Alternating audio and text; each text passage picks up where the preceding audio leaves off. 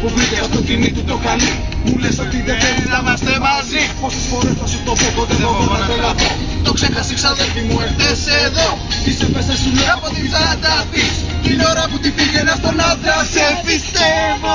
Και μην ορκίζεσαι, στην ενοχή σου κρύβεσαι. Μην ψάξεις τώρα να με βρεις. Δεν σε πιστεύω, δεν πάει, τέλειωσε. Το ψέμα σου με διέλυσε. Δεν θέλω άλλα να μου πεις. Στις πλευρές μου κυλάει το δικό σου αίμα. Και για να ληφθεί το κάνεις πολύ μεγάλο θέμα. Αυτά να στα πεις αλλού. Και μην τα πουλάς σε μένα. Δικαιολογίες, λες και ψευκές. Πολύ μεγάλο θέμα. Αυτά να στα πεις αλλού. Δεν είμαι εγώ για σένα.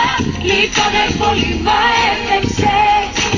Ό,τι και να λες.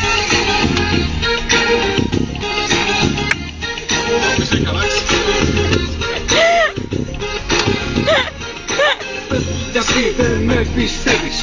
Την αλήθεια εγώ σου λέω μας ζηλεύεις. Το λήφτη που βρήκες μες στα μάξι χωρίς λόγο στον αέρα. Όλα θα τα τεινάξεις. Γιατί τα βλέπεις όλα ύποπτα. Ποτέ εγώ δεν σου δώσα δικαίωμα για τίποτα. Πες μου τι σε έχει πιάσει, θα τρελαθώ για να λύθει. Εμείς θα φτάνουμε στο χωρισμό. Δεν σε πιστεύω και μην ορκίζεσαι. Στην ενοχή σου κρύβεσαι.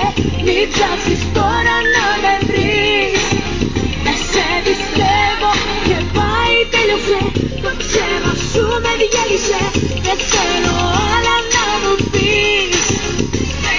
Στις πλευρές μου κυλάει το δικό σου αίμα. Και για να ληφθεί το κάνεις πολύ μεγάλο θέμα. Αυτά να τα πεις αλλού. Και μην τα πουλάς σε μένα. Δικαιολογίες και ψευκές. Πολύ μεγάλο θέμα. Αυτά να τα πεις αλλού. Δεν είμαι εγώ για σένα. Λείπαμε πολύ μα έφταξες.